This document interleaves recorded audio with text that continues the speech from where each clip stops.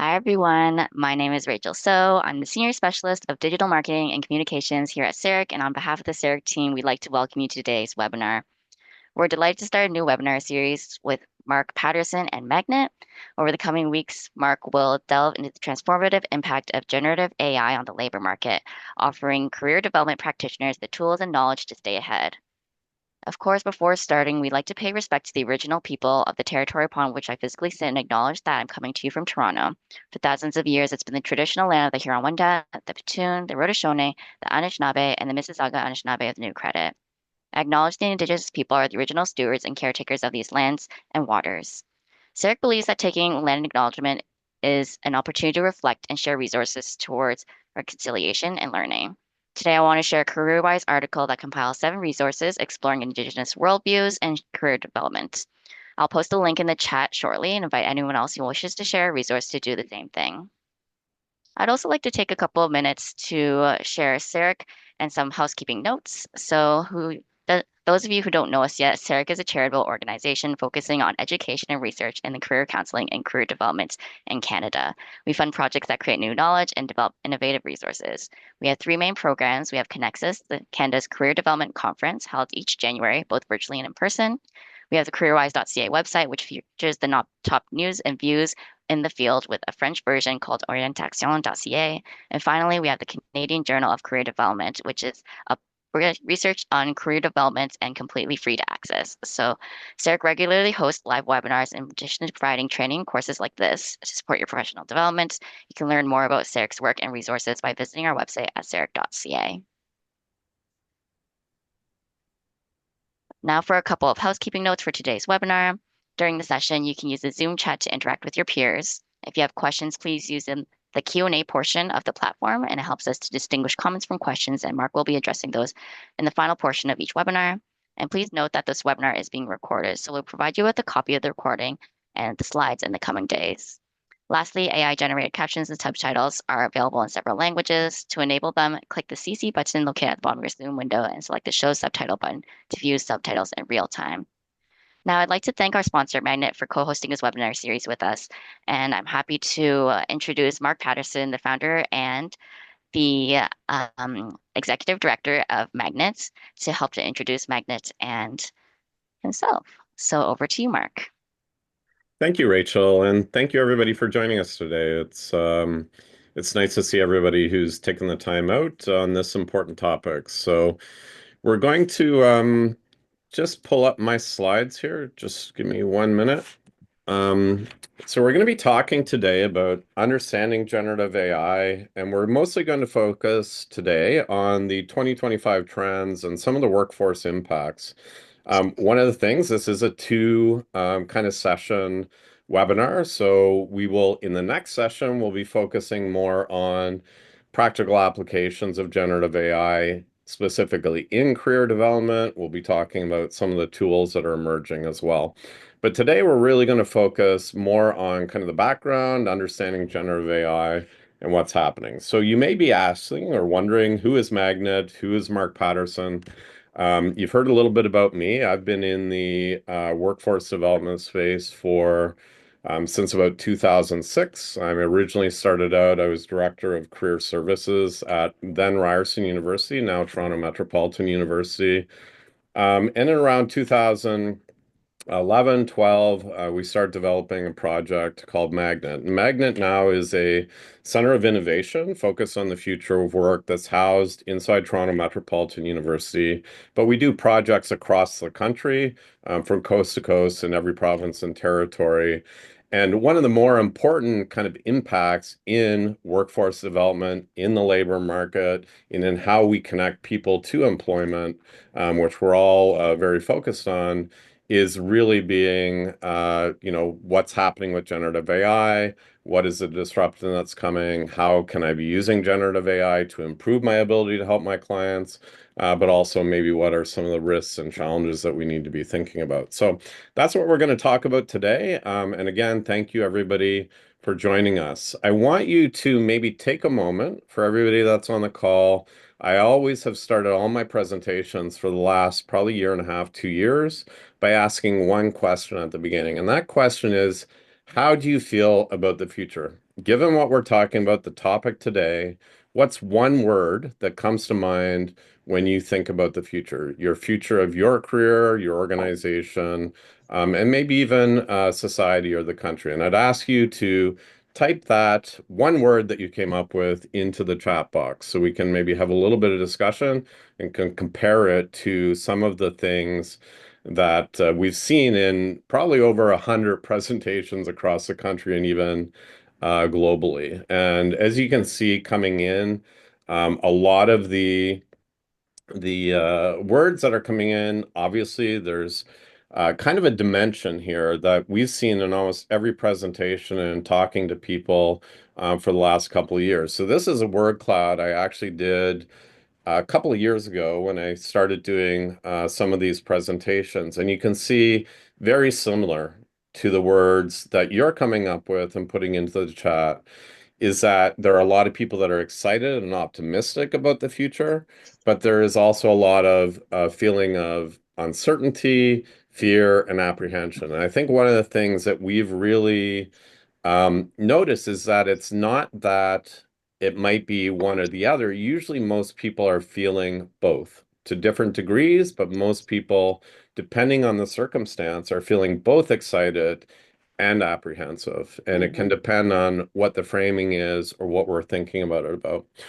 And one of the reasons for this that I like to point out is, and it's been come up in the words, is um, that is the rapid rate of change. And so you'll hear about the exponential rate of change of technology or that AI is changing so rapidly that it's exponential growth and exponential change in the technology. And it's true that AI is actually changing faster than any other technology that we've seen in history.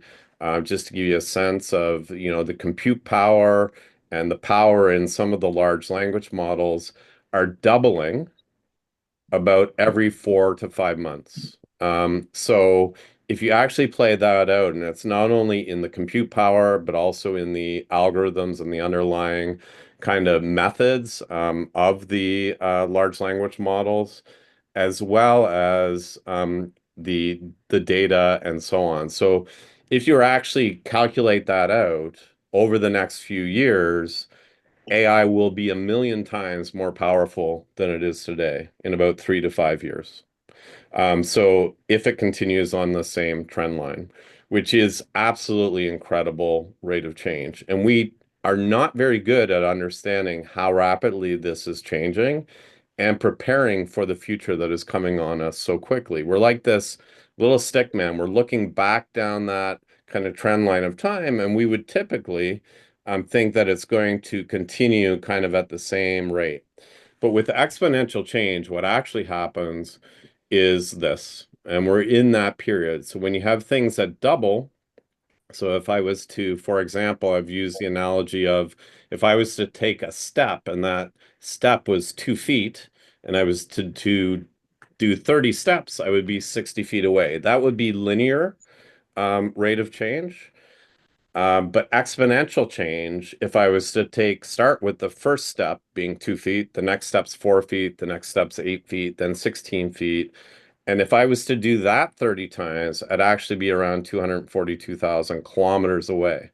So the rate of change that's happening right now, you're feeling it. We're all feeling it because we are in this period where the doubling periods are bringing, in each doubling period, it's changing so dramatically. And like I said, the doubling period for AI just on the compute side is about every 4 to 5 months. So it's an incredibly rapid rate of change, a rate of change that we've never, ever seen before.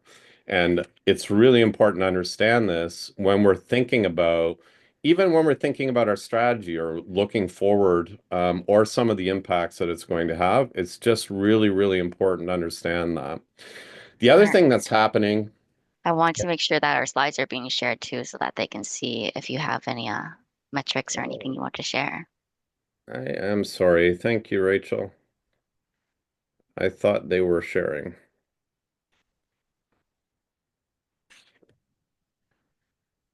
Just give me 1 second.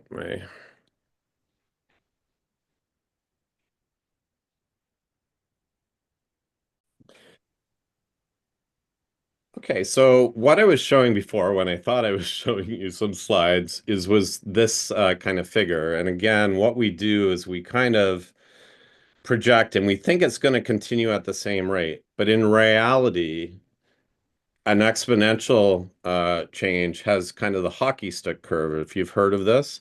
And we're Mhm. in those doubling periods where the rate of change is absolutely mind-boggling. So again, we all feel like we're this little stick man at the curve, and it's just accelerating so rapidly. But it's not just, and I want to really, really emphasize this, and it's really important, not only from our perspective of how we individually use AI or use it in our organization, but also what's happening in the labor market that people are going into, that our clients are going into, that we support. So we often think, in talking to people across the country, we're often thinking, or the main thing that we see is ChatGPT or large language models, but it is really how AI is transforming every single technology in almost every single industry. And this is happening at that same rate. So whether it's bioengineering or any other field that you could possibly think of, energy production, solar power, fusion energy, almost any sector, mining, robotics, drone technology, it's being rapidly advanced by AI. Things that even 2 or 3 years ago we thought were going to take 10 to 15 years to develop and commercialize, we're now looking at a year to 2 to 3 years out. So the rate of acceleration is not only in how the chatbot that you're using is changing, but how it's changing every other technology. And that obviously is going to have a significant impacts on the jobs that we're preparing people for in the labor market. And just to give you an example, one of the areas that is also incredibly rapidly advancing is in humanoid robotics. So if you haven't seen, you can Google Gemini robotics. That's Google's advances in humanoid robotics. But also, there's another company called Figure, Figure, and Helix. And some of you may have seen some of the videos that that company has put out of its humanoid robots that have AI embodied in the robot. And these are already in manufacturing plants in different parts of the world, in the US, and automotive manufacturing, etc. So it is fundamentally changing at a very rapid pace what's happening to the labor market, the types of roles, and so on. And this has happened before, so you'll hear a lot of people say, you know what, we've been here before. Technology has always created more net new jobs. And an example a lot of people use is the Industrial Revolution. And one of the early changes at the beginning of the Industrial Revolution was, you know, um, in weaving and in creating textiles. And you would have people that spent kind of their whole lifetime learning how to develop intricate patterns in weaving. And then you had larger weaving machines, but they were still manual. And then you had an automation of that. And we had at that time a lot of backlash, right, against this technology. In fact, if you've heard the term Luddite, it came from this period when weavers who were losing their jobs got so upset with this new technology that they were going around and trying to destroy the machines. And this happened pretty significantly. So one of the things that I like to talk about, and I like to say is in a lot of our conversations, we would generally hear, don't worry, at least from, government or consulting organizations, etc. It's always going to create more net new jobs. And I am a techno optimist. I do believe that in the long curve of the future, it will create more net new jobs. But I do also believe that there will be a lot of challenges in the transition. And we will be on the front lines as career professionals and people helping people in transition between employment. We will be on the front lines of this. And we need to be aware of how quickly things are changing and also be able to help. Because in the long arc of history, if you look at it, it's true, at least historically, that technology has always created more net new jobs. But if we just look at the long arc, we're over glossing over kind of that disruption period that happens. And if you study the Industrial Revolution or any other major kind of implementations of technology, there are people, families, and lives that are disrupted. And those are our clients and the people that we're supporting. So it's important to understand that there probably is going to be a time when our work is even more and more important. And we need to be there and ready to support people. Um, just to re-emphasize, so we're at a period in time. Again, this is another example of the exponential curve. It shows basically the effective compute power and how fast it's kind of doubling. So you can see the scale. But we are literally within, based on these projections by most AI experts, that within probably 2 years of AI being at the level of being able to perform. So in 2027, if you can see here, that AI, and this is again just an example of one area, but where AI would be able to perform better than the best or most prominent human researcher in foundational AI. And that's when you'll start to hear about things where they're projecting where you have recursive improvements in the technology, and you see this acceleration in the curve again, where we start to talk about things like superintelligence.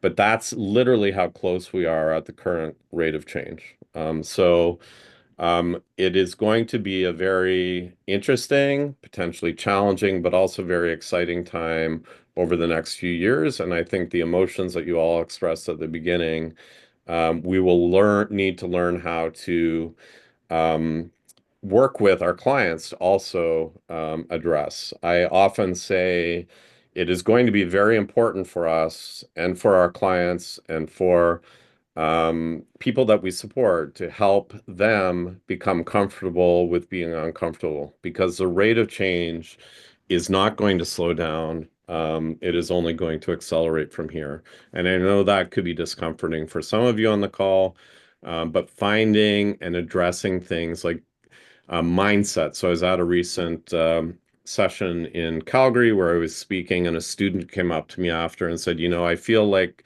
I'm racing up the stairs and the stairs are falling out behind me. And that is the feeling that some of our students, our clients, or people that we're working with will feel. So what are the mindsets? What are the coping mechanisms? And what are the advice that we can give them? Because this will continue to accelerate. And we can have a discussion about that. And the other thing that's happening is it's coming on top of all of the other challenges that we're facing right now with geopolitical disruption, tariff disruptions, potentially macroeconomic forces that are happening right now of polarization and other things that we're all well aware of in our society. So it is a very challenging time, and I really spend a lot of time working with in workforce development with client-facing people because it's going to be so important that we are equipped as well, that we have the tools to be able to support our students if you're in post-secondary, our newcomers if you're in the immigration and settlement space, and also general employment for people as disruptions occur. And again, there are many forms of disruption that we are facing right now. So I'd just like to say, though, that the greatest danger, and this is, a couple of people. So Clayton Christensen was a Harvard professor that is known for the innovator's dilemma or a lot of theory around disruptive change, disruptive technologies.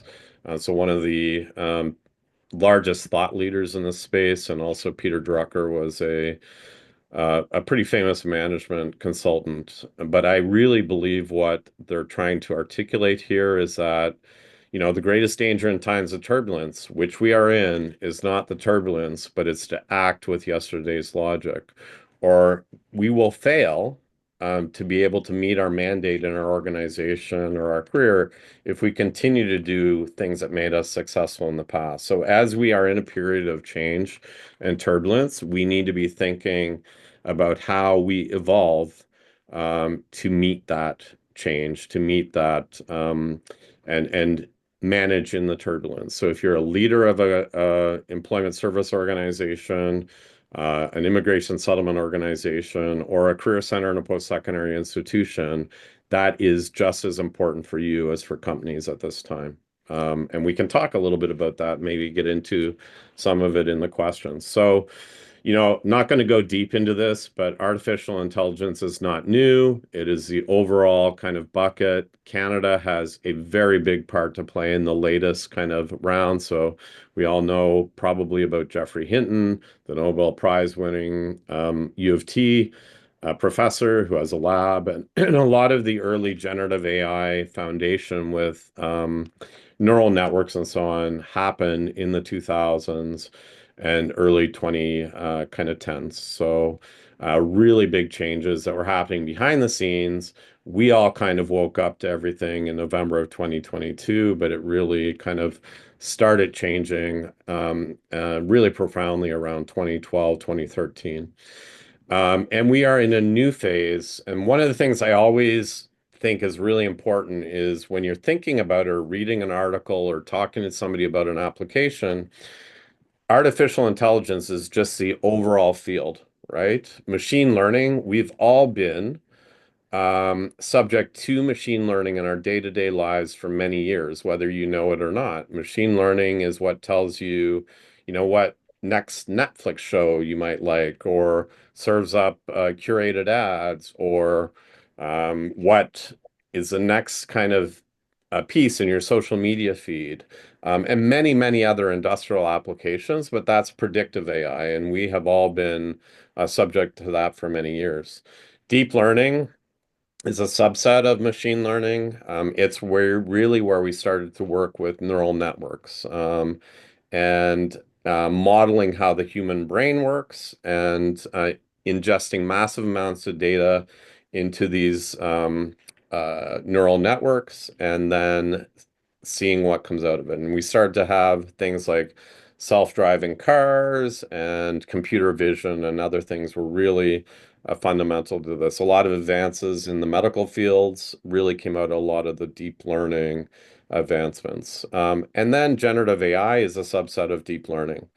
And you are going to be hearing a lot this year about agentic AI and then as well physical AI. And physical AI is AI embodied in robotics, whether humanoid or other formats, but actually embedding it in physical systems. And that is progressing incredibly rapidly, and most people are not aware of how fast that is moving.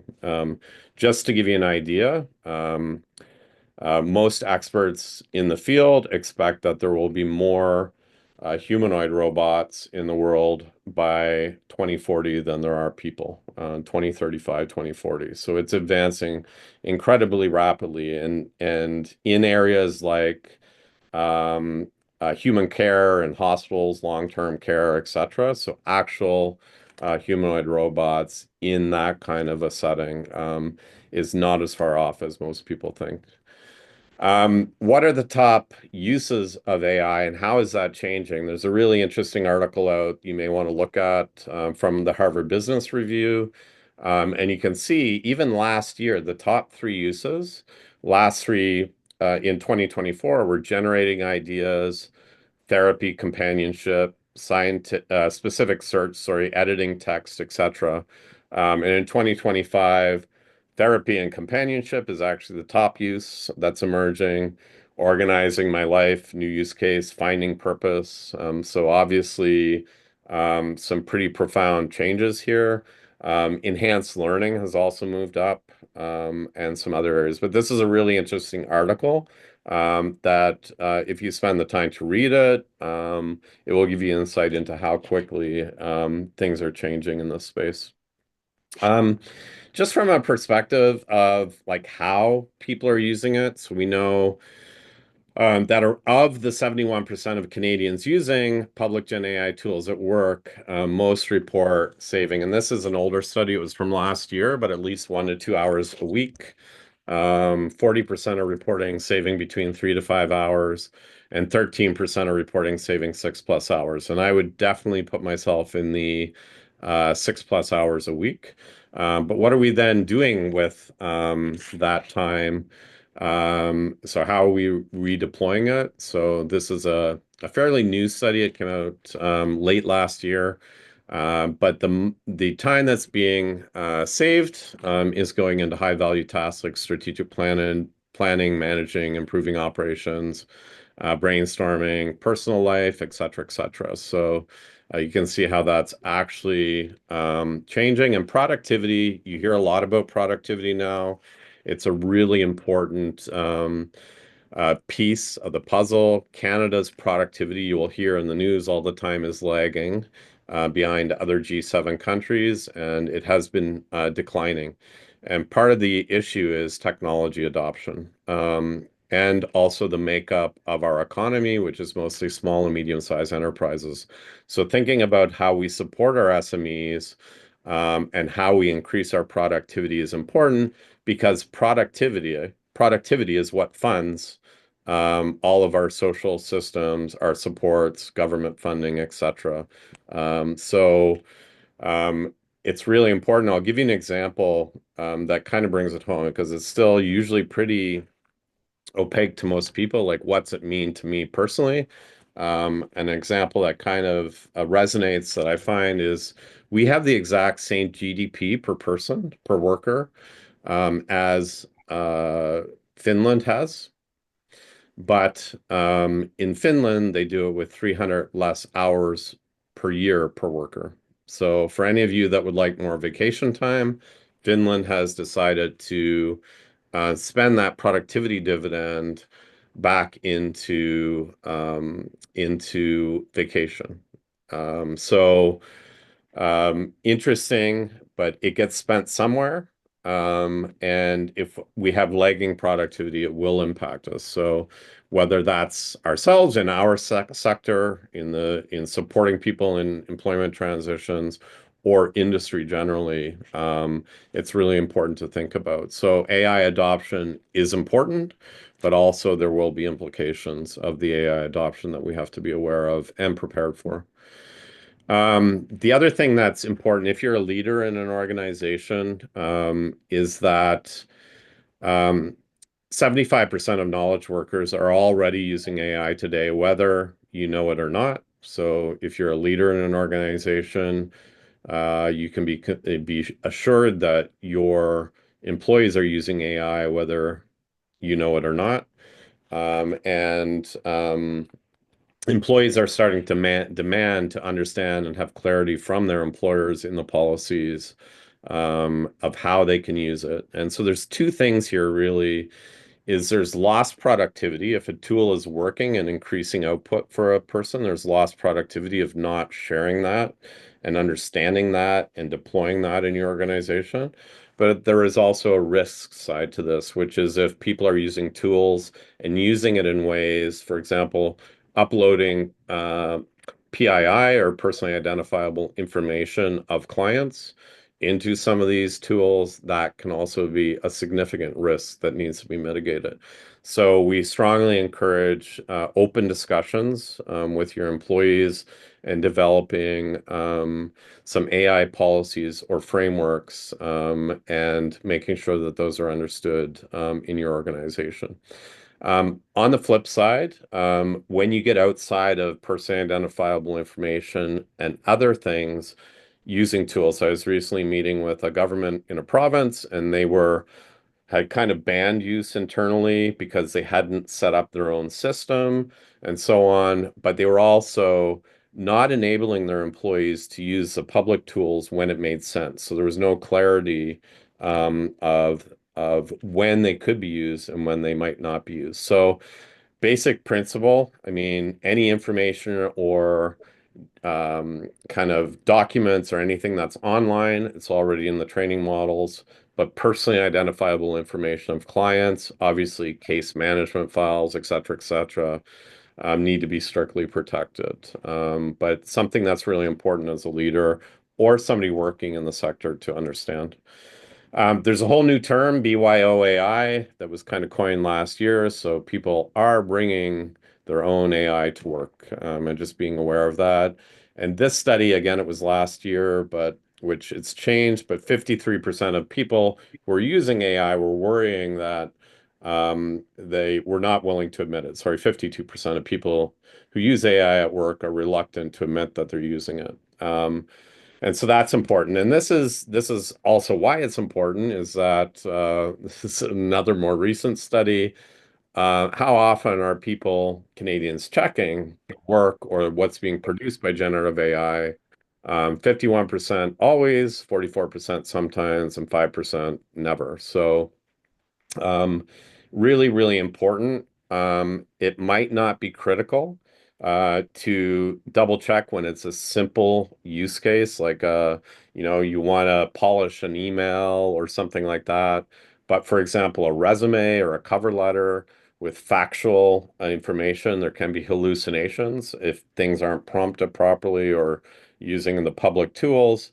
It can put in infactual information, for example, in a resume. So on any high stakes, reports, resumes, cover letters, et cetera, really becomes really important. Do not just cut and paste. Understand how the tools work, what the challenges are. And also, it's really important to learn how to prompt properly.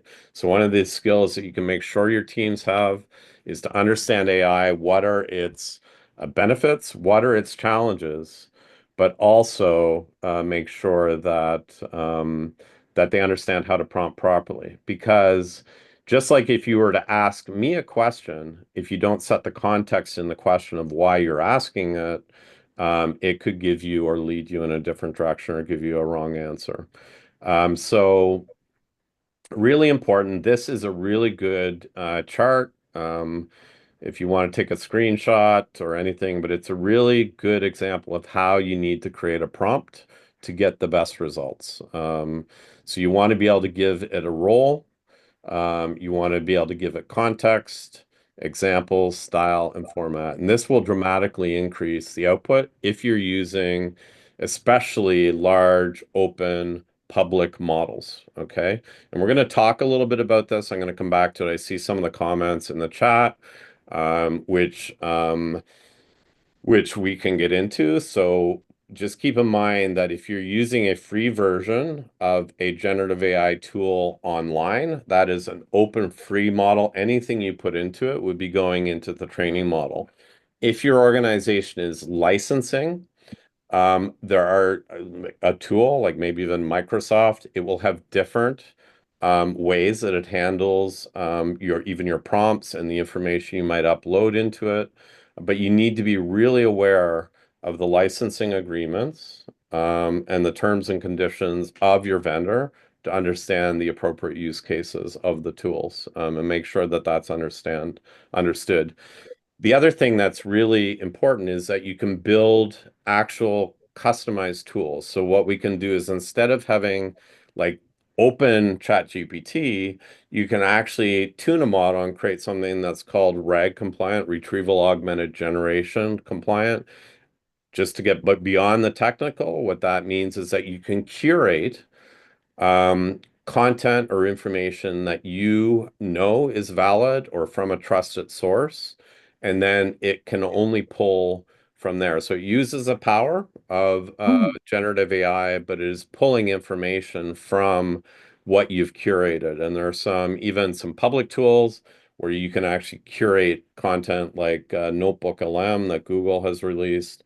It's still a open tool, but you can actually constrict its responses to be from a certain set of content that you've curated. So lots of really interesting use cases. And then there are private large language models that are only trained on the data of the organization that you're working in and working for. And there are some discussions going on that we're also trying to lead with the government about creating an infrastructure to enable that has the data privacy, security, and appropriate rules to enable not-for-profit organizations and SMEs to confidently work with AI. Because if you don't have the technical expertise or the background, you can certainly use tools provided by different vendors like Microsoft and other vendors or many vendors. But for certain use cases, this kind of understanding becomes important, and we know that that is a barrier to adoption. So thinking about how the government could support that through public AI or social kind of societal AI infrastructure is becoming a really important conversation. Just some other trends I want to make sure you're aware of, and then we're going to kind of get into more Q&A and discussions, but I just want to make sure you're aware of these. Is This is an example where I just took a picture off the internet, so the top right corner, and said just a very simple prompt. Wasn't even really a good prompt, but I just said quickly, change the color of the flower petals to purple, right? And then it produced this response for me. We used to have to use, for those of you that have used Photoshop, you'll recognize this, but Photoshop is a very complex tool that gave us access to the computer to modify graphic images. And this was a skill set that you could study. It was a very challenging skill set to learn, to be an expert graphic designer using Photoshop and other tools. And they're very complex interfaces with many, many, many different settings, right? And obviously, somebody who's a expert graphic designer can do things with Photoshop that you can't yet do with generative AI. But I just am using this to make a point that things are changing. So what happens is now I can just speak to the photo. I can type and ask the photo to change, and it will do so. The new models can handle that. So what's happening is complex interfaces and platforms, and I'll bring this back to career services, complex interfaces and platforms that we used to have to kind of manage that, or complex profiles of individuals to be able to then match them, like taxonomies and profiles where we match people to jobs. All of those kinds of things are starting to go away. The technology will start to disappear into the background, and it will be much more multimodal, conversational interface that you're starting to see and get used to with ChatGPT if you're using all of its functionality. So this is a very important trend to keep an eye on in our sector, in all sectors actually, but in our sector especially, because um, I see, and speaking as someone who's invested actually tens of millions of dollars in building different technology platforms over the last 10 years, um, it is fundamentally changing right now. So you'll have a lot of career technology, where they're updating the technology to incorporate AI features and functionality, but we are at a point in time where there is a paradigm shift in how some of these technologies will be built in the future. And we're going to talk a little bit more about this in the next session and give you some examples. So, tools that are starting to come out that are AI native. Another example of this that I think is really interesting, if you think about it from the career services space and people looking for jobs and how some of the tools will work, is we can now actually take a person's background, interest, profile, and so on, and match them to all jobs, do a gap analysis of what they're missing, maybe in their experience, and then point out training that's available to fill that gap. So it's going to really help us manage all of the information. There's no possible way as a career practitioner that you can know every job that's posted in a local labor market and how your clients fit to that. But some of the tools coming out, now there are challenges, and I think it's really important that we work together and ensure that these tools are developed appropriately, and that we do research in them to make sure that we're not embedding any biases or anything else into them. And I have concerns with some of the platforms that are emerging if this is not paid attention to. So just be aware, it is a very um, a time of very profound change, even in the tools that you will use. And beware of really significant investment if you're looking at big IT projects at the application layer or at that graphical user interface layer, because a lot of changes are coming. And as we move into more agentic frameworks, the agentic web, a lot of things are going to change. So just be aware of this. And I just want to kind of wrap up and give you some kind of key takeaways. And these are things that, depending on your perspective, it can be good or potentially you can see some of the risks and challenges. So AI is not coming anymore. It's here. You can't avoid it. Sticking your head in the sand is not a good strategy. Um, that is not to say that there are not going to be all kinds of challenges, but you do a disservice to your clients, to your employees, to your colleagues, if you don't learn how to use it, but learn how to use it appropriately, ethically, and responsibly. One of the things that's happening in the labor market is that many entry-level tasks are starting to vanish. So one of the things that is happening is AI is hollowing out. So speak a lot about this. I had sessions this week with leaders in post-secondary institutions, but just to reemphasize this here, it is hollowing out the first few years of most careers. So it's removing the bottom rung, and we are still preparing people as if that hasn't happened. And I'll give you an example in the legal field. AI can already write contracts much better than most articling students or junior lawyers. But this brings up big questions, right? Like, how do you get expert lawyers if we don't have this kind of career progression and transition? So these are big questions we need to be thinking about. But it is actually now and already has in many fields started to remove kind of those bottom rungs. And we need to rethink because that will also impact certain demographics of the people that we support, where their skill sets may be only relevant to some of those earlier stage or lower or early skilled areas. So um, workers who lack AI literacy are going to be left behind. And, most people in the space, and I agree, it's soon going to matter more. So your AI literacy and ability to use the tools in the context of your job appropriately, ethically, and responsibly again will soon matter more than years of experience. Okay. And for all of you in career services, you know that that's a pretty profound statement. So, um, we need to be talking about new skills and mindsets. And like I said, the mindsets um, are going to be really important in this period of change, which is kind of the new norm, as we were talking earlier. AI literacy is really important. You should have an AI literacy plan in your organization, but even for yourself personally, as to manage your career.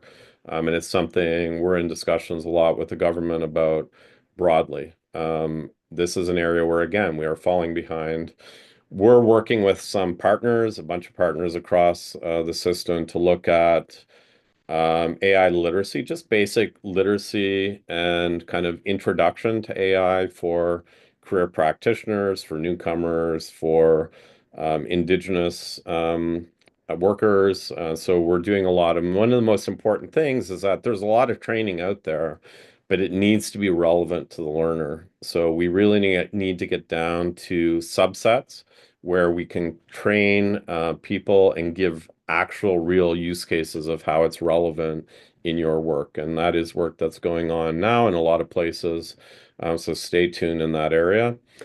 Um, and just want to also mention that how companies recruit is being disrupted. So I'm sure all of you are hearing, if you're talking to employers, all the resumes and cover letters I'm getting now, they're perfectly well written. It's obvious that, they used AI and they're of less maybe utility for me when I'm making an assessment on somebody, like, their cover letter. If it's written by AI, am I really able to assess or use that as a tool in my assessment of a candidate? So there are big questions coming up here in how we actually um, evaluate candidates. And I could sit down with somebody right now, and in about 10 or 15 minutes, using a no-code platform, I could automate their job search for the foreseeable future, right? Where it would actually scan all the jobs in their region, that they're interested in based on their preferences. It would apply to those jobs automatically without them doing anything.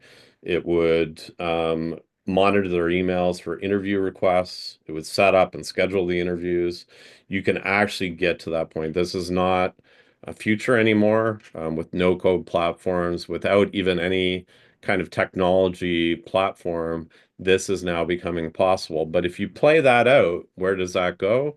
That means, and we're already seeing it some areas with, um, a huge increase in applications. The resumes and cover letters are obviously of less value. Does it start to crack the system of how companies are evaluating and assessing potential candidates? So big questions that we'll stay on top of, and we'll, I'm sure, have many discussions on moving forward, and happy to dig into. But this is an area we need to be aware of. Um, we talked again about being careful. If you're responsible for your organization, be careful of large IT investments or proprietary large IT investments. It's even becoming challenging to, buy an annual subscription to a service, because the rate of change in the tools is happening so quickly that you kind of commit to one tool, and then next week you could find that there's a better tool. So that's happening as well.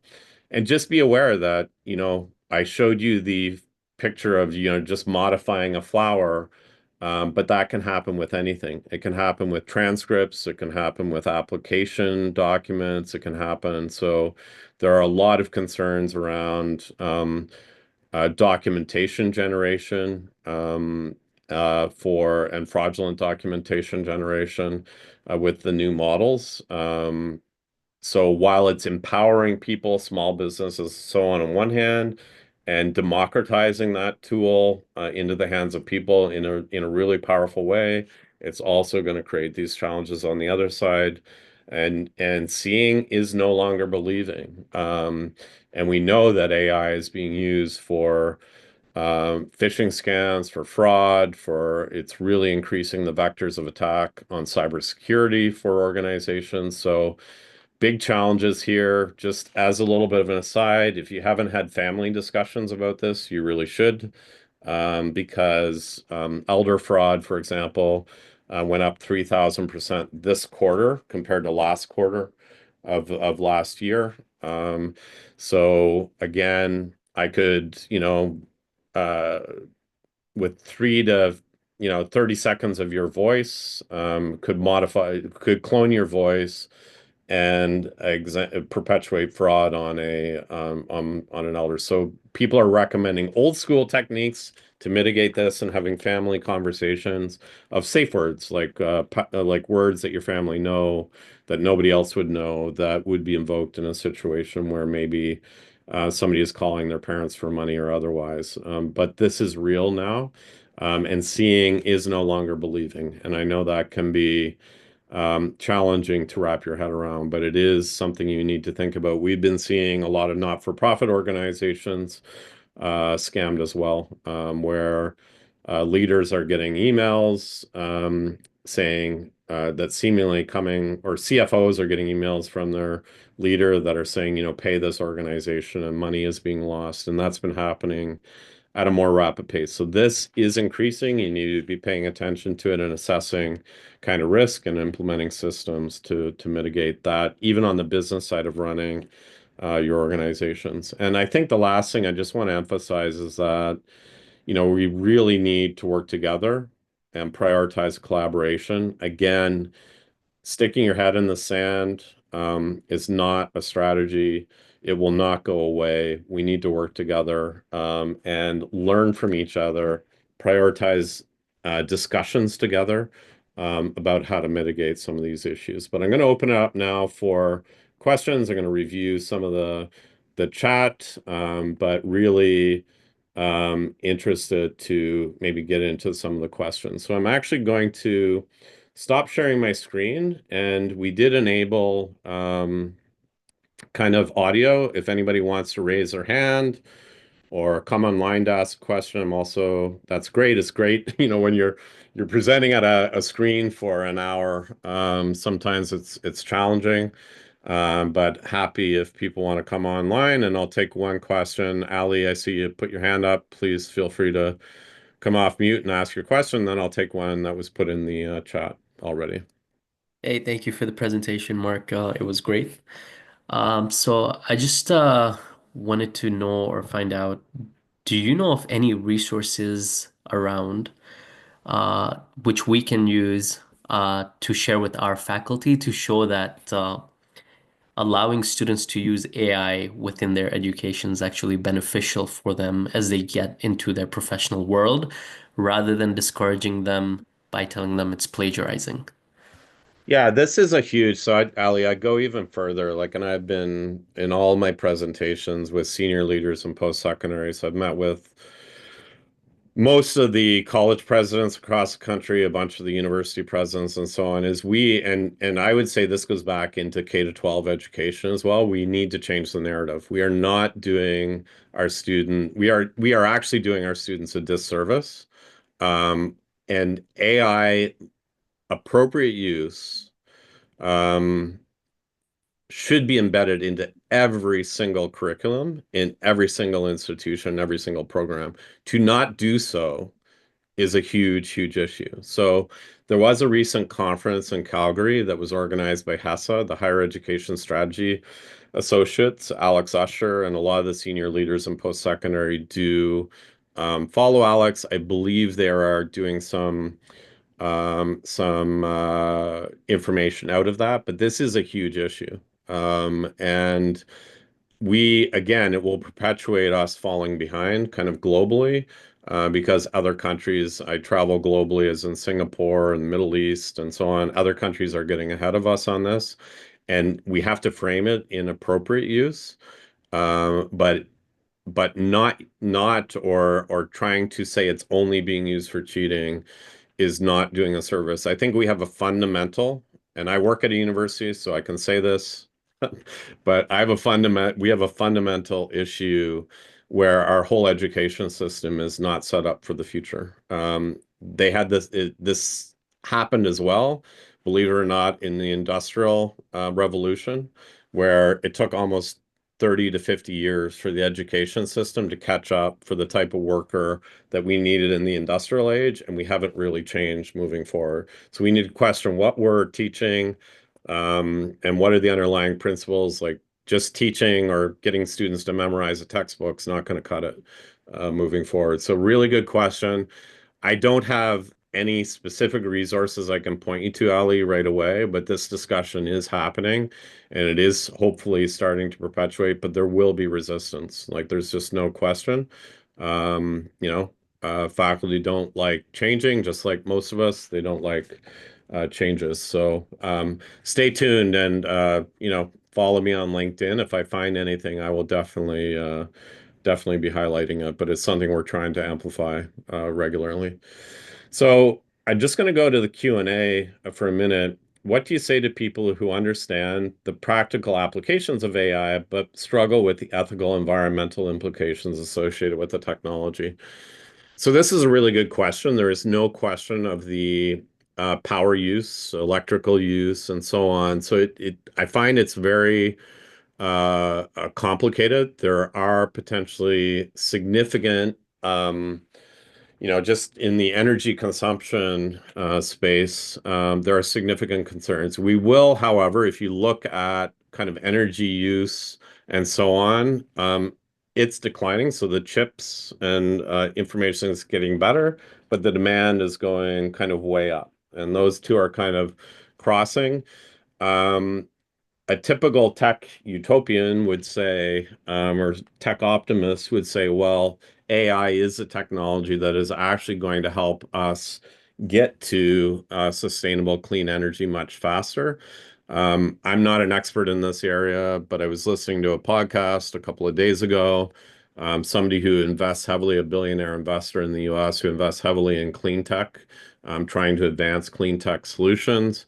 is saying that fusion energy, for example, has been accelerated by at least 10 years with using AI to advance the science and underlying research. So it's a very complicated question. There is no question that if we were to stay with the current energy technology, with the rising demand of AI, it would only accelerate the climate crisis. But some people will say that it's probably our best hope as well of getting to better solutions in energy. So the materials science coming out of new AI applications, for example, that are producing new plastics that are biodegradable. Like you could go through a whole level of things that are being accelerated that are potentially good, but there are risks. And if we get caught kind of in this trap, it is a challenge. So it's very complicated. I know I'm not giving you a definitive answer, but you could take a bunch of perspectives from this. The ethical side, so there's a lot of concern around kind of the way the large language models consumed IP early on. There's a lot of legal battles that will continue to play out for many years to come on that side. So I think these are areas that we could devote a whole webinar to on their own, but certainly things where we should, as users, be informed and understand how things are changing in that area. So Christine Hall asked, this presentation shares the candidate environment. What about the employers' considerations of how to bring candidates along in this transformation? You're absolutely right. I think this is a huge area. We do a lot of work, and I'll go back again. We have 1.34 million businesses, organizations that employ people in Canada, not counting government. And if you're to take the median business, and this is important for all of us, again, it has less than 5 employees. So these are big challenges. 90% of our workforce, 90+% of our workforce, our labor market is with small and medium-sized businesses, and they are having challenges keeping up. This is something we all should be thinking about in our local communities and even working through with local organizations or institutions, et cetera, because if we can't help our SMEs adopt technology more quickly, appropriately, and ethically, then there will be challenges. Again, back up to the productivity piece that I was talking about. So I think it's really important that that we support our small businesses, especially. And so the AI literacy piece, you're going to be hearing a lot more about it. I know it is a priority. You may have noticed in the cabinet that was appointed yesterday, there is a new minister portfolio in AI and productivity and adoption and so on. So we will see what government policies change, but there will be a lot more focus on AI literacy and supporting our small businesses, especially to adopt. But I think there's a lot of things we can do at the community and local level as well with our local college, university, and employment service, settlement, immigration organizations at the intersection where we liaise with employers. Obviously, reskilling and upskilling of people who are employed is not kind of the core mandate of career service professionals, but we intersect with it, and it's something we should be certainly advancing and thinking about in our communities. So next, there was a question from Anonymous, but I would love to hear a bit more about how we can configure AI to complete a whole job search of all jobs in region, apply for you, etc. So there are some, it would be a whole, I'll try and add some of that to the next webinar, but there are whole no-code platforms. There was a new platform that's doing really well. It was created by two people, two young um, graduates from I forget which university it was, but they're from Vancouver. It's called Gumloop, but it's kind of a no-code platform that you can start to use to do some of these things. And I'll try and talk a little bit more about it in the next session, have some examples. As AI becomes more common in career services, helping with resumes, interviews, job searchers, how can we make sure it adds value without losing the human touch that students really need? And yeah, I think I get really excited about the AI tools that we could use to empower you as workers intersecting with students or clients, in being more informed on the local labor market, synthesizing all the information in the labor market, and helping you be more informed and do your job better, and liaise with clients, helping the clients, for those especially who are a little more self-directed, to have those tools. So I think it's really important to recognize that the resume, there's interview prep. So there are a lot of emerging tools where people can even call in on a phone and be put through a mock interview. You can set up in different platforms. There's already really interesting tools for that practicing piece. But I think, how do we make sure it adds value without losing the human touch? So I think there's two things here that I want to address. So as an individual, so whether you're a job seeker or you as individuals, it's really important in how you use AI that you retain your agency, that you use it to augment or support, be your thought partner, critique work you do, not just defer your agency or, for example, your writing to the AI, but use it as a thought partner. I like to say, like, the way I think about it is as using it as a, you know, an intern. I heard somebody say at a session I was at last week. It's like being able to hire 10,000 interns of moderate intelligence, right? Like, you can use it. It will really amplify what you can do, what you can produce. It will allow you to do things differently. So a lot of people are thinking only about how they're augmenting current processes. The real value in AI is, how can I do things completely differently, in a way that I haven't even conceived was possible. Like, spend some time thinking about those things, not just, oh, I can use AI to do translation of documents or something like that. That's valuable, but the real value is going to be in how we actually do things differently. But I think it's really important to maintain your agency. And for any leaders here, for those of you in organizations, it's how we use AI to allow for the human connection. So the thing is, AI is not empathetic, at least not now, but it can appear to be empathetic, and it can appear to be more empathetic than an overworked frontline worker, like whether it's a doctor or a career counselor, coach. It can appear to be more empathetic. So it becomes really important that your true empathy, that you can bring your whole self, that you're not overwhelmed. And one of the things that I always say is, because it's in that state that you can bring really valuable insight to your clients, to the people you're supporting. So how can AI do a lot of the overwhelming administrative tasks, some of the stuff we have to do, the reporting, et cetera, et cetera? How can we do more of that to allow you to have meaningful one-on-one connections with the clients you're really helping support and those that really need it? I think that's going to be really, really important. I do fear that sometimes when the government looks at it, they may think, oh, well, we can automate.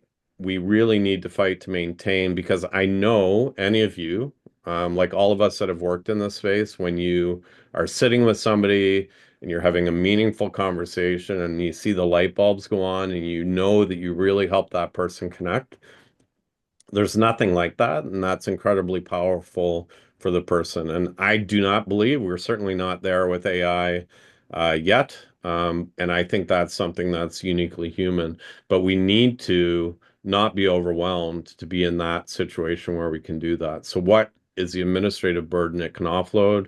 How can it make us more informed, more intelligent, better able to do our job, is where we really need to be thinking about it. How will this technology change career options, and how can applicants better prepare to find jobs? So I think the biggest thing right now is really making sure that in any field you're going into or where a client is working, that they are understanding the state-of-the-art applications of AI in that field. There are a lot of institutions that, actually haven't seen any in Canada yet, but a lot of institutions that globally, some best practices, for example, in post-secondary, where I know one institution in particular that I'm thinking of, you cannot get a medical degree yet anymore without also getting an AI and medical science degree. So you're like it's engineering and medical science, AI, and doctor. So like in every single field, learning how to use the tools as it applies in that field is where the secret value is for clients. So they still need to learn their field of practice, but learning how to use AI in that field. And so if you were to take that into your own situation, learning how to use AI appropriately in your field becomes really important as well. So it's apparent that AI is now doing the thinking, problem solving, etc. for us. What skills and abilities will be needed for all levels of students, high school, post-secondary. So I think this is really important. I would argue that we can't give up our agency or should not give up our agency of actually thinking. And we do find, and I am really worried about people deferring their agency to AI and not going through the process of learning. Again, I'll reemphasize, I use it, and I think this is an issue really in kind of how the interfaces are set up right now. So in our chatbots and so on, the interfaces are set up um, where it's just easy, cut and paste, cut the answer, ask a question, cut the answer out, and don't think about it, right? Like that's what people are doing. So I recognize that, but you don't have to. You can actually use AI and you can set it up to even ask you to think through a topic and put you through a Socratic method in thinking through it. You can actually prompt it to be your thought partner, not just to give you an answer. There are some new tools that are coming out that are structured that way, and I think that's going to be critically important in education and so on to ensure that we're learning skills and not relegating that to AI and not learning skills, but also that it can be our thought partner augmenting. But that's a really important conversation, and too many of the tools right now, people are not retaining their agencies. So I tend, if I'm doing something, I'll write a draft. I'll use it to challenge the draft, so critique it, not to write it in the first place, would be one example. Um, are we seeing employers who have found new ways to evaluate potential employees without relying on resume or cover letter? This is a really big question. I do know, and even myself, I was hiring an AI postdoc, so somebody who had finished their doctorate degree in AI, and we were doing a whole series of panels, and the first round of interviews was online, and I just got the feeling like there were two people on the online interview that I'm sure were prompting AI for the answers to the questions that we were asking them in the interview. Um, so we went a little bit old school. We brought them in person and had assignments kind of in person to synthesize, because I still want to know how they're able to think and synthesize themselves without AI, because you want to be able to assess that and then assess how they understand how to use AI to augment as well, is really important.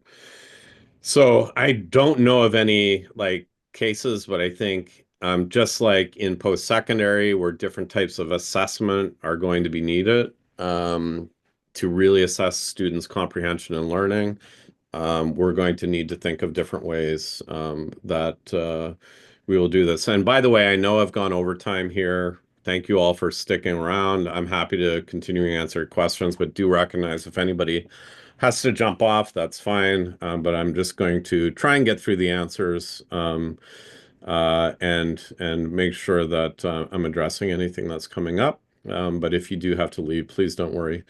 Would technology ever get to the place where it would weed out job scam or fraudulent content? Um, it's a big area right now. I think it's kind of like an arms race, right? Because AI is going to be used to create fraudulent content and misinformation and disinformation.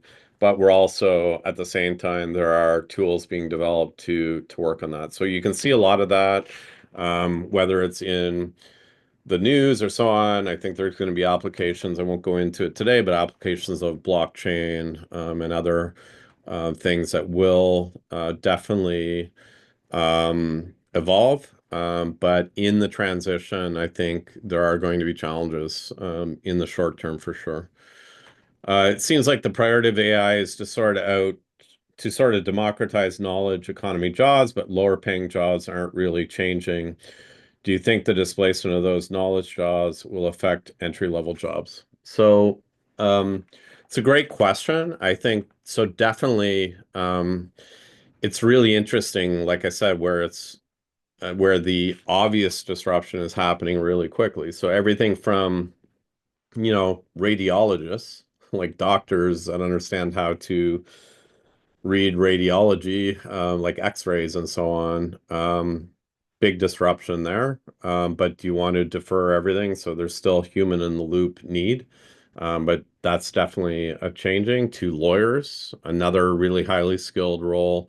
So it absolutely is changing higher. But I think, again, I just want to emphasize when we make a statement like this, we're probably talking about how we see generative AI, large language models, tools like GPT are tools enabled with large language model, generative AI applications disrupting knowledge workers. But embodied AI is going to change faster than most people realize. And if you don't believe me, you can just Google Figure, Figure, Helix, Figure, Helix, Helix, and watch the 3-minute video of a new humanoid robotic system that's been released. And these are already in manufacturing plants and warehousing and distribution plants. So I think there is more disruption to all jobs coming faster than most people are aware. And it's really important, I think, to stay kind of on top of how this is progressing. Um, it's not imminent, but if we start looking out past 5 years and so on, there could be some pretty profound changes if some of these trends continue at the same rate. So I see there's no more questions in the Q&A. Happy to take anything else if anybody wants to put their hand up or ask a question. Just want to say you can link with me on LinkedIn. I try and share things like Ali for your question. That's certainly be something that the second I find anything on that, I will be sharing. But there are some efforts at the senior levels across both secondary and so on. But I do fear we're moving a little bit too slow. But please link with me on LinkedIn. I'm happy to connect with any of you. And let's keep the conversation going. If you have any feedback for the next session that you would like, you can reach out to me on LinkedIn and I'll try and incorporate things in as well to the next session that we have in a week or two. I see Rachel's back on. I know I went over time, but I appreciate everybody sticking around that was able to. And I'll hand it back to you, Rachel. Of course. And I want to thank you too for taking the extra time to answer questions and continue the conversation. I know it's a really fruitful one and opening the floor for everyone to, reach out to you and, continue contributing to the next webinar in the series. It's really fantastic. So our next webinar next week, Thursday, May 2nd at 12 o'clock p.m. Eastern Time, we'll be delving into practical applications of generative AI in career development.